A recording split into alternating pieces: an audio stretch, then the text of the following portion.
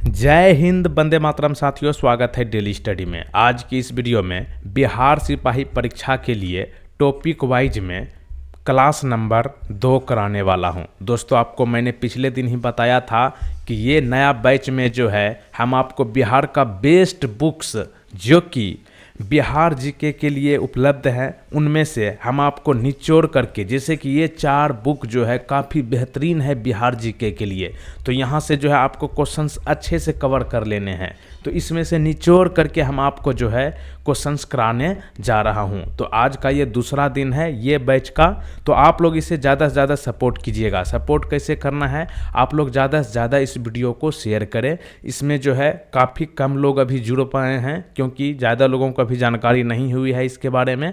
तो आप लोग से निवेदन है कि ज़्यादा से ज़्यादा अपने दोस्तों के साथ इस वीडियो को शेयर करें ताकि हम मोटिवेट होकर के जो है हम आपके सामने इसका निचोड़ करके बेहतरीन तरीके से हम आपके सामने प्रेजेंट करें सारे क्वेश्चंस को। तो चलिए शुरू करते हैं आज का टॉपिक वाइज। दूसरा नंबर में जो है हम आपको फिर आज इतिहास के स्रोत का 2 नंबर कराऊंगा। इसके बाद जो है आपका ये टॉपिक खत्म हो जाएगा, अगले दिन दूसरा टॉपिक करेंगे।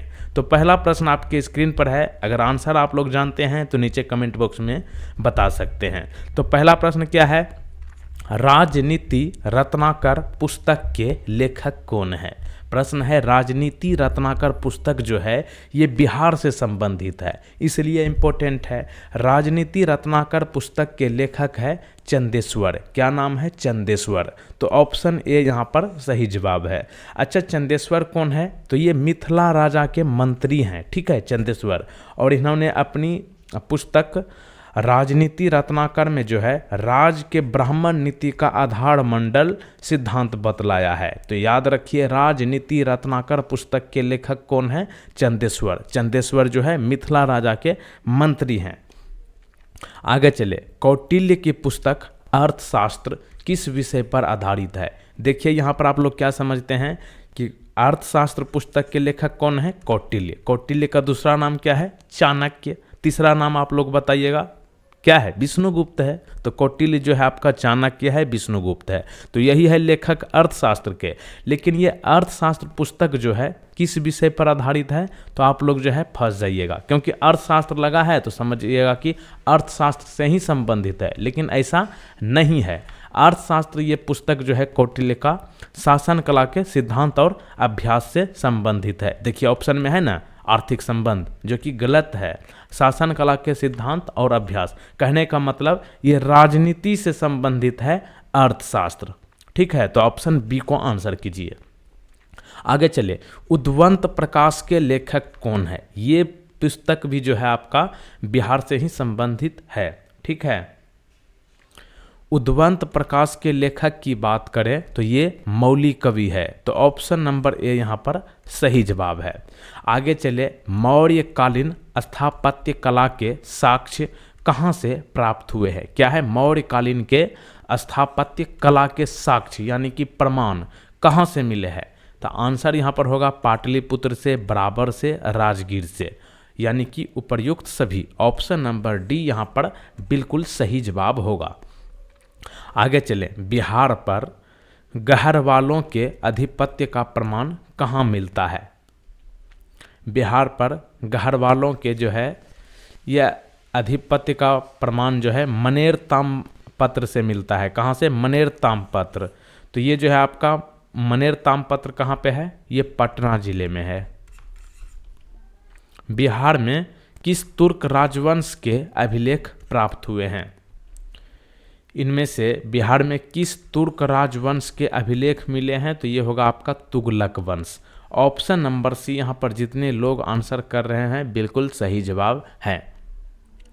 बिहार के किस क्षेत्र के संबंध में बसाती नूल उन्स एक मूल्यवान स्रोत है? बिहार के किस क्षेत्र के संबंध में बसाती नूल उन्स एक मूल्यवान स्रोत है? आंसर होगा तिरहुत। ऑप्शन नंबर ए यहाँ पर सही जवाब है। वैसे तिरहुत जो है बिहार का एक 9 प्रमंडल में से एक प्रमंडल है, ठीक है।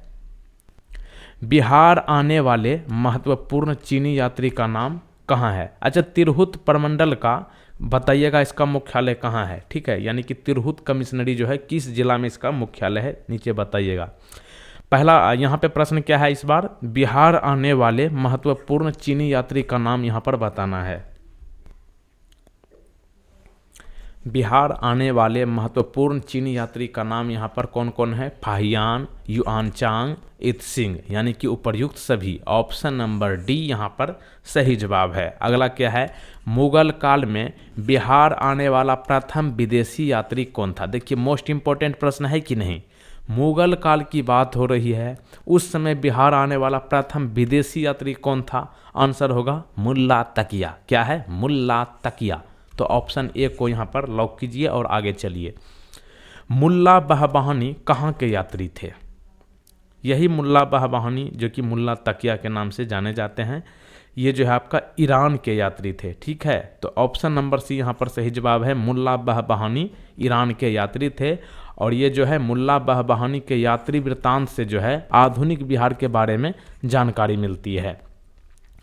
बहारी स्ताने, ठीक है, बहारी स्ताने गैबी, ये किसकी रचना है। ये भी एक पुस्तक है, बहारी स्ताने गैबी। इस पुस्तक के रचना की है मिर्जा नाथन। क्या नाम है, मिर्जा नाथन। ठीक है, जितना भी क्वेश्चन हम करा रहे हैं ये सब के सब जो है बिहार से संबंधित है। प्राचीन पाटलिपुत्र के संबंध में जानकारी के स्रोत इनमें से कहाँ है। मतलब प्राचीन पाटलिपुत्र के बारे में जो है जानकारी कहाँ से मिलते हैं, तो ये होगा आपका भग्नावशेष, यात्रा वृत्तांत और धार्मिक ग्रंथ, यानी कि उपर्युक्त सभी। ऑप्शन नंबर डी यहाँ पर सही जवाब है। आगे चले, अशोक का लघु शिलालेख पहला, ठीक है, अशोक का लघु शिलालेख पहला कहाँ से प्राप्त हुआ है।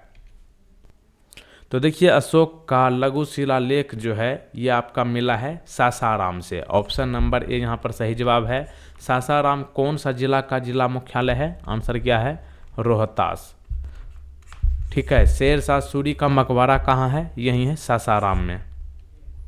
बिहार से प्राप्त मौर्य कालीन अभिलेखों की भाषा इनमें से कौन सी है। बिहार से प्राप्त मौर्य कालीन अभिलेखों की भाषा जो है प्राकृत है। ऑप्शन नंबर बी यहाँ पर सही जवाब है, प्राकृत। बिहार से प्राप्त मौर्य कालीन अभिलेखों की लिपि इनमें से कौन है। बिहार से प्राप्त मौर्य कालीन अभिलेखों की लिपि कौन सी है। आंसर है ब्राह्मणी। ऑप्शन नंबर सी आंसर है ब्राह्मी। अगला प्रश्न है मिर्तुल, ठीक है, मिर्तुल अहवाल किसकी रचना है। मिर्तुल अहवाल किसकी रचना है। आंसर है मुल्ला बहबहानी का। ठीक है, मिर्तुल अहवाल जो है मुल्ला बहबहानी के द्वारा रचा गया है। तो आंसर सी जवाब है यहाँ पर, मुल्ला बहबहानी। मध्यकालीन मिथिला के इतिहास के स्रोत में महत्वपूर्ण इनमें से क्या है।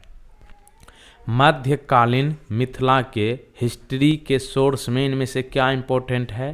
कीर्तिलता, कीर्तिपताका और वर्ण रत्नाकर। तो यहाँ पे आंसर क्या होगा, उपर्युक्त सभी। ऑप्शन नंबर डी यहाँ पर सही जवाब है। बिहार में धातु प्रस्तर युगीन अवशेष कहाँ से मिले हैं। बिहार में धातु प्रस्तर युगीन अवशेष कहाँ से मिले हैं। सही जवाब यहाँ पर क्या होगा, चिरांद छपरा में है, यहाँ से चेचर, वैशाली एवं सोनपुर से, मनेर से। मनेर कहाँ है, मैंने आपको बताया पटना में। तो यहाँ पे आंसर क्या है, उपर्युक्त सभी से जो है बिहार में धातु प्रस्तर युगीन अवशेष मिले हैं। तो आंसर कीजिए उपर्युक्त सभी से, ऑप्शन नंबर डी। और यहाँ पे आगे बढ़ने से पहले बता दें, आप लोग फटाफट वीडियो को लाइक कर लीजिए और जो लोग चैनल पर पहली बार आए हैं तुरंत चैनल को सब्सक्राइब करके इस बेल आइकन को क्लिक करके ऑल नोटिफिकेशन को क्लिक कर लीजिए। और आप लोग जो है क्वेश्चन का आंसर देने का प्रयास करते रहें। बिहार के गया जिले के अपसड से प्राप्त अभिलेख में किस राजवंश के बारे में जानकारी मिलती है। तो ये देखिए अपसड जो है कहाँ पर है, गया में है। ठीक है, इस अभिलेख में जो है यहाँ पर किस राजवंश के बारे में जानकारी मिलती है। आंसर होगा परवर्ती गुप्त वंश। क्या है, परवर्ती गुप्त वंश। Option number A. बिहार प्रांत के आरा से प्राप्त देव बरनाक का लेख तथा शाहपुर जो कि पटना में है और मंदार जो कि बांका में है, यहाँ से प्राप्त लेखों में जानकारी किसके बारे में मिलती है। क्या है प्रश्न, बिहार के प्रांत के बिहार प्रांत के आरा से प्राप्त देवबर्नाक का लेख और शाहपुर जो कि पटना है और मंदार आपका बांका में है, यहाँ से प्राप्त लेखों में किसके बारे में जानकारी मिलती है? तो आंसर यहाँ पर होगा परवर्ती गुप्त वंश के बारे में जानकारी मिलती है। तो ऑप्शन नंबर डी सही जवाब है। तो देखिए देवबर्नाक के अभिलेख में परवर्ती गुप्त शासक देवगुप्त, विष्णुगुप्त एवं जीवित गुप्त द्वितीय का नाम मिलता है। पाल शासकों के बारे में कहाँ से जानकारी मिलती है? पाल शासकों के बारे में जानकारी जो है कहाँ से प्राप्त होती है? तो उपर्युक्त सभी कौन कौन? देवपाल के मुंगेर अभिलेख से, नारायण पाल का भागलपुर ताम्रपत्राभिलेख से, महिपाल प्रथम के नालंदा एवं मुजफ्फरपुर अभिलेख से। तो आंसर यहाँ पर क्या होगा? पाल शासकों के बारे में जानकारी जो है इन सभी जगह से मिलते हैं। तो उपर्युक्त सही जवाब है ऑप्शन नंबर डी। बिहार के लिए सर्वाधिक प्राचीन साहित्यिक स्रोत इनमें से कहाँ है?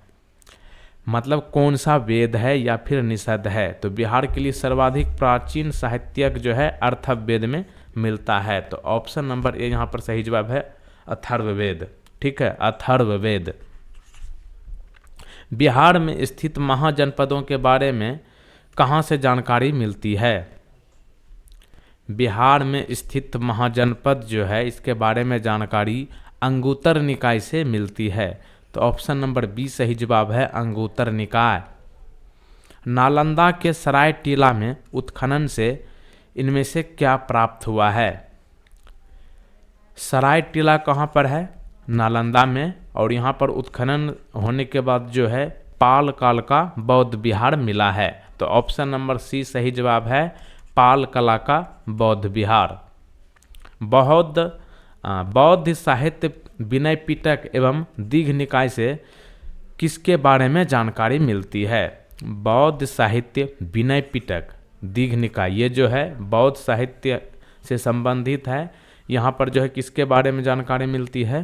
तो मगध के राजतंत्र एवं वैशाली के गणतंत्रों के बारे में और मौर्योत्तर बिहार के बारे में। तो आंसर क्या होगा? ऑप्शन नंबर सी उपर्युक्त ए एवं बी दोनों के बारे में जो है जानकारी मिलती है बौद्ध साहित्य विनय पिटक एवं दीघ निकाय से। ठीक है। बिहार में बड़े पैमाने पर उत्खनन कार्य करवाने वाला तथा कई प्राचीन स्थलों की खोज करने वाले पुरातत्ववेत्ता कौन थे? बिहार में बड़े पैमाने पर उत्खनन कार्य करवाने वाला तथा कई प्राचीन स्थलों की खोज करने वाला ये था आपका Cunningham. Option number D Cunningham. अगला है नालंदा में स्थित बड़ा गांव। बड़ा गांव कहाँ है? नालंदा में है, जिसे कि नालंदा महाविहार के नाम से जाना जाता है। इसका पता किसने लगाया था? नालंदा महाविहार का पता कनिंघम ने लगाया था। तो ऑप्शन नंबर बी सही जवाब है कनिंघम। तो देखिए बड़ा गांव जो कि नालंदा में है और नालंदा महाविहार के नाम से जाने जाते हैं। यहाँ से 2 अभिलेख मिले हैं जिन पर नालंदा का नाम उत्कीर्ण है और बिहार शरीफ में कुमार गुप्त प्रथम और स्कंद गुप्त का प्रसिद्ध स्तंभ भी प्राप्त हुआ है। और कनिंघम ने बोध गया के मंदिर को भी खोजा था। तो बोध गया के मंदिर को कौन खोजा था? यही है कनिंघम, जो कि नालंदा महाविहार का पता लगाया था। पुरातत्ववेत्ता कनिंघम ने बिहार में इनमें से किसकी खोज की? तो यहाँ पे सही जवाब होगा उपर्युक्त सभी। तो देखिए कनिंघम ने बिहार में क्या चीज़ की खोज की है? इनमें से सभी केसरिया स्तूप जो कि चंपारण में है, लौरिया अरेराज का अशोक स्तंभ, बसाड के अवशेषों के आधार पर वैशाली के प्राचीन स्थल। विदेह के राजा जनक ने निषक या सुवर्ण या फिर सतनाम उपहार में दिए, ये कहाँ वर्णित है? विदेह के राजा जनक जो है निष्क या सुवर्ण या फिर सतनाम जो है उपहार में दिए थे, ये बृहदारण्यक उपनिषद में व्याख्या की गई है। तो ऑप्शन नंबर ए यहाँ पर सही जवाब है बृहदारण्यक उपनिषद। बिहार से प्राप्त पहला द्विभाषी अभिलेख किस मध्यकालीन शासक से संबंधित है? बिहार से प्राप्त पहला द्विभाषी अभिलेख जो है ये शेरशाह से संबंधित है। तो ऑप्शन नंबर बी यहाँ पर सही जवाब है शेरशाह। वह पहला मुगल शासक कौन था जिसके अभिलेख बिहार में मिले हैं? वह पहला मुगल शासक कौन था जिसके अभिलेख जो है बिहार में मिले हैं? आंसर होगा अकबर। ऑप्शन नंबर सी यहाँ पर सही जवाब है। बौद्ध धार्मिक साहित्य में कौन सा ग्रंथ प्राचीन बिहार के इतिहास के संबंध में जानकारी का स्रोत देता है? बौद्ध धार्मिक साहित्य में कौन सा ग्रंथ प्राचीन बिहार के इतिहास के संबंध में जानकारी का स्रोत देता है? ये होगा आपका दीघ निकाय। ऑप्शन नंबर बी दीघ निकाय। सियर उल मुताखरिन की रचना किसने की है? सियर उल मुताखरिन की रचना किसने की है? आंसर होगा गुलाम हुसैन तबतबाई।